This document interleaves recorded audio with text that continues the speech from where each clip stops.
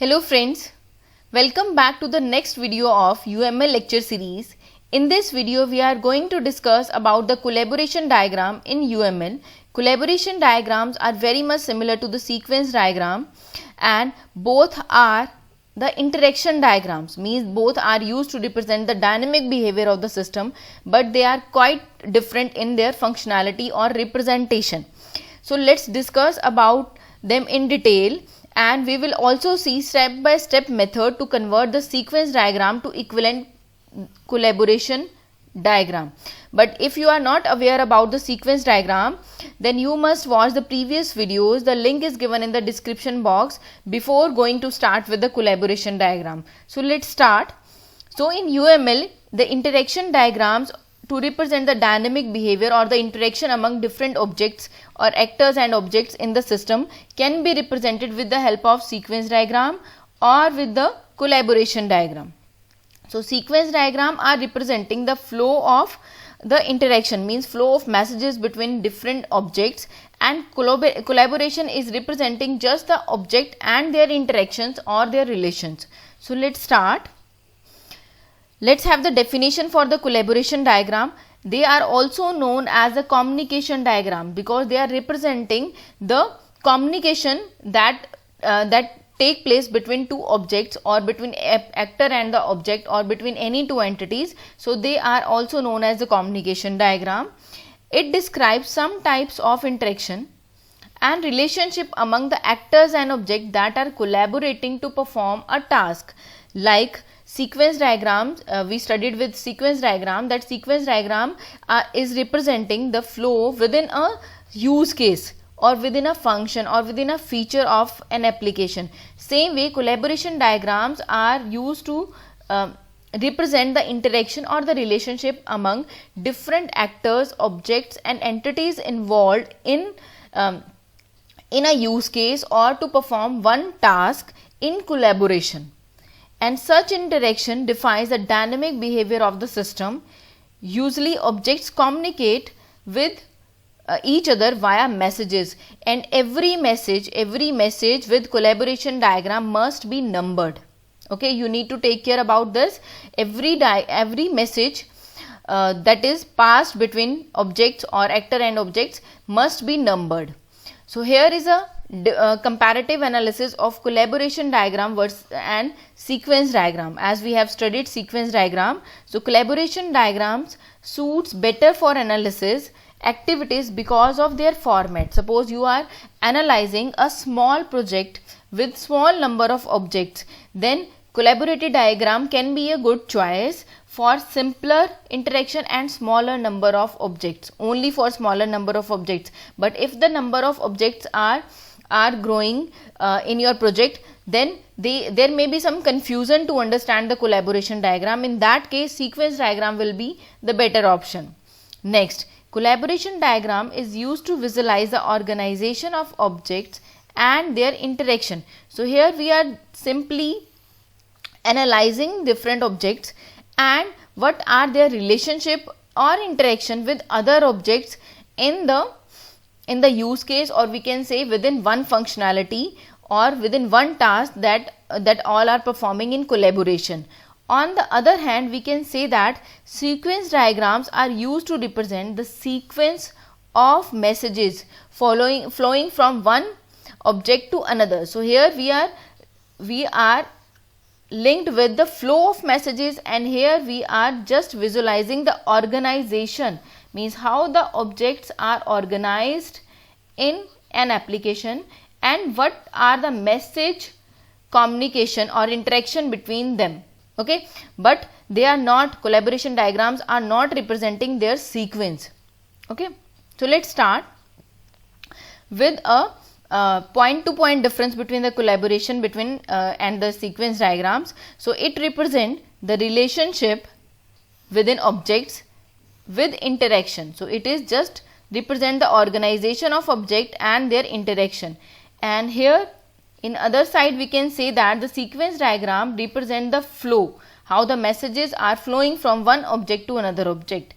Next, to visualize the collaboration pattern, we can use a collaboration diagram just to visualize a pattern of collaboration, pattern of interaction.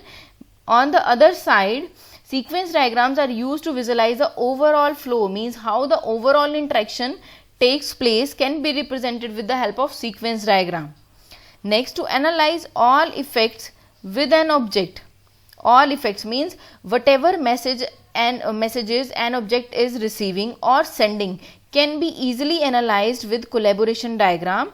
And here, for real time application, for real time scenarios, sequence diagram suits better than the collaboration diagram. So it depends on your requirement. If you want the analysis on the developers level or for the brainstorming session for every object's interaction, for every object functionality, then you can go for collaboration diagram.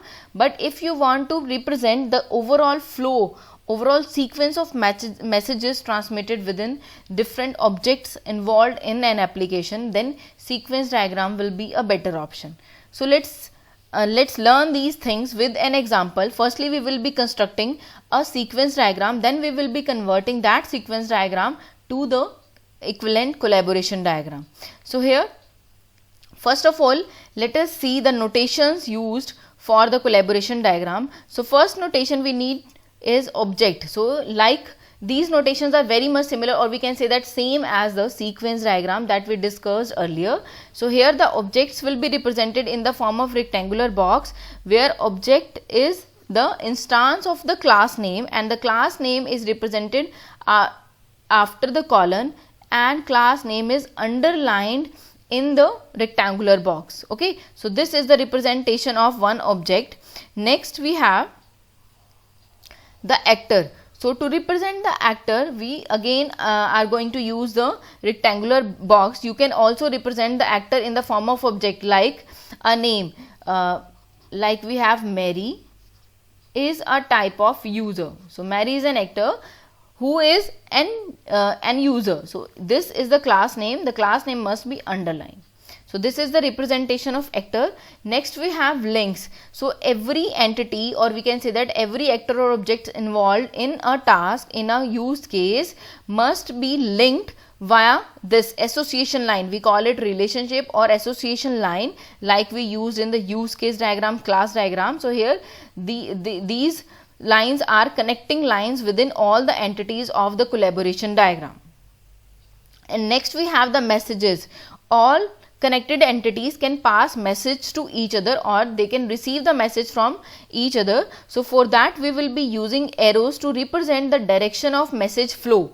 Okay, so suppose we are having two objects in the system, like one is actor and another is some object of some class. So here this is the association, means this is the link for the connectivity, or to define the relationship that these entities are linked or associated with each other. Now what message is communicated within these two entities, that can be represented with the arrow to represent the flow, and the message that is sent from here, the message is sent from actor to the object, and the arrow is headed towards the object of the class, and every message must be numbered. Okay, so here if we have another message sent from the object to the actor, then that message would be numbered as 2, and the message is here, message 2. Okay, so let's start with the sequence diagram for the ATM system. Here we are not going into details of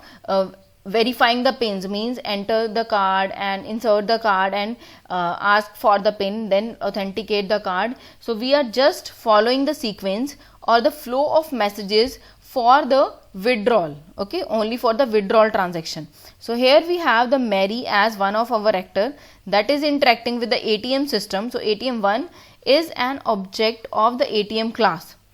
Next we have the account. So here is an object for the Mary's account with some bank, and here is the object of bank class, bank database, that is interacting with the ATM to handle all the transactions with Mary's account.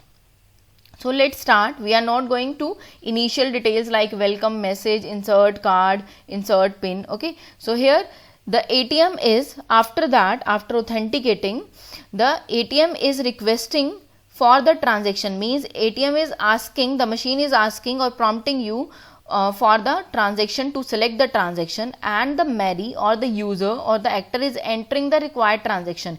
In this case, we are taking the transaction as withdraw.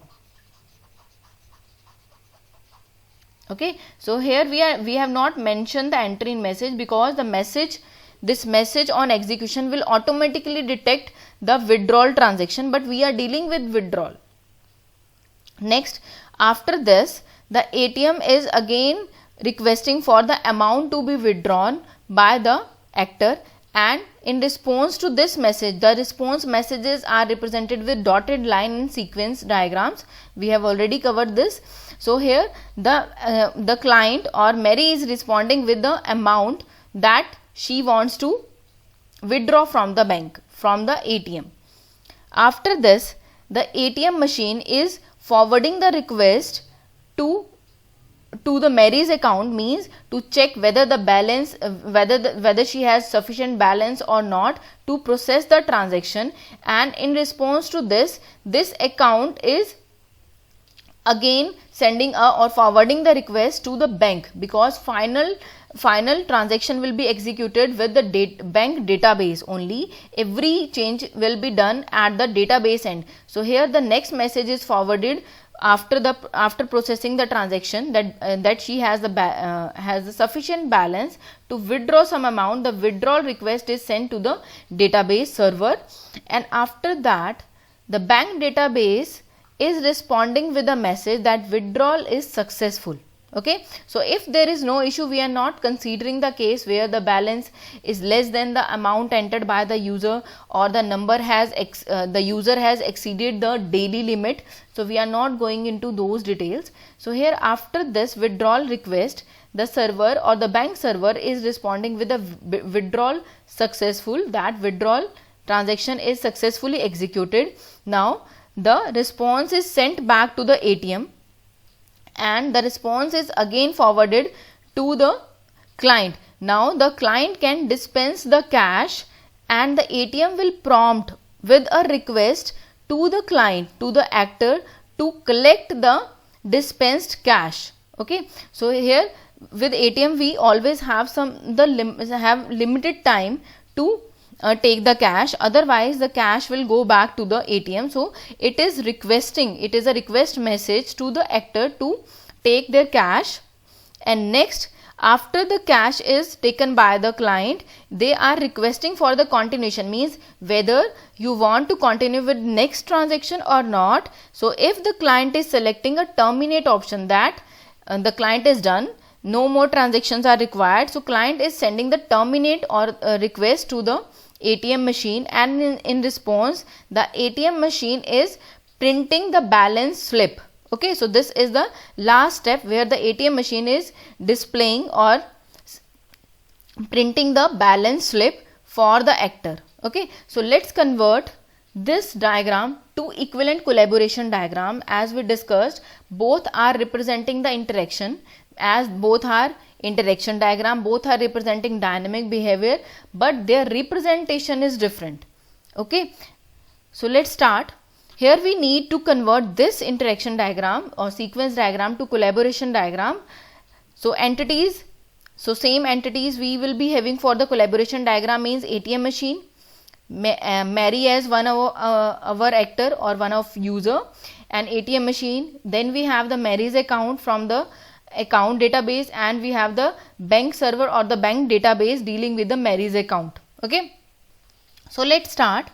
Here next step is to add the links. So here we have added these links, or we can say that associations within these entities, so that they can interact with each other. Now we will be moving step by step to convert the sequence diagram to equivalent collaboration diagram.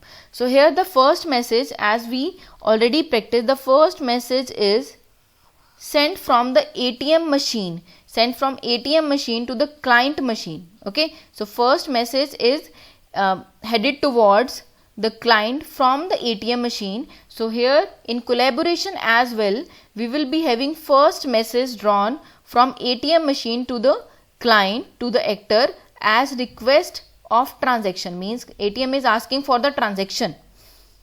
Next, the second message is drawn, or the second message is a response message from a client to the ATM machine. So same sequence is followed here. So Mary is sending a response with the transaction, means whatever transaction she want to choose. So here we are choosing only the withdrawal option. So here the withdrawal is chosen by the Mary.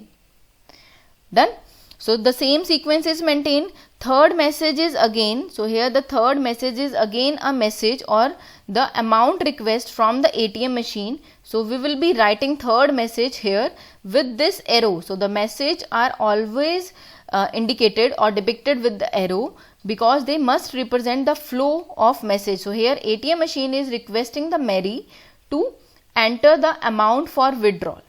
Fourth, we have a response message from the client to ATM machine. So from client to ATM machine we are having the response message, and this message is represented here as the fourth message, enter the amount.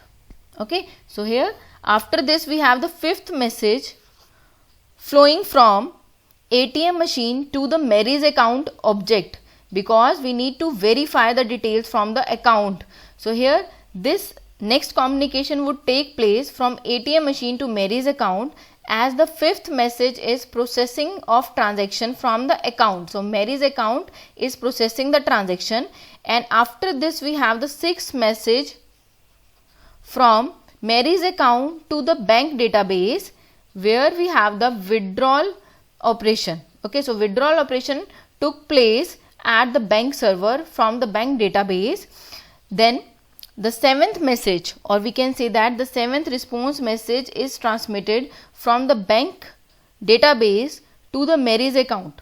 So here we have the same flow with the collaboration diagram. So bank is responding with the withdrawal successful notification, and the eighth message is sent from the Mary's account for the transaction success to the ATM machine. So next message is going from Mary's account to ATM machine as the notification of successful transaction execution, that withdrawal is successful. Now the next message is the cash dispense message. So the ninth message from ATM to Mary's.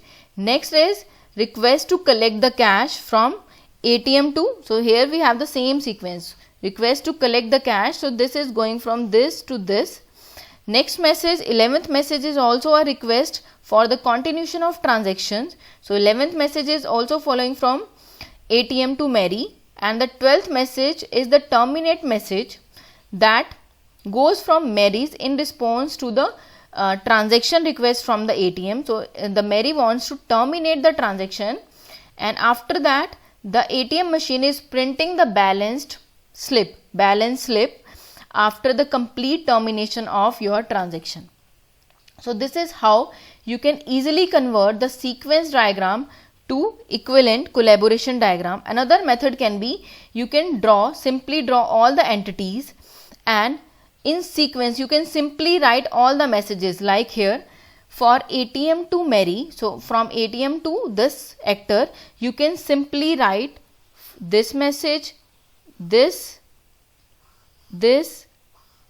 next message, and this message. Okay, so you can simply see the sequence of arrows or the flow of arrows in the sequence diagram, and you can simply note the transactions in the collaboration diagram. So here all the arrows headed towards the client from ATM machine are included here with this arrow. Okay, and other three messages like enter the transaction, enter amount, and the terminate request. So these messages are heading towards the ATM machine from the Mary, from the actor.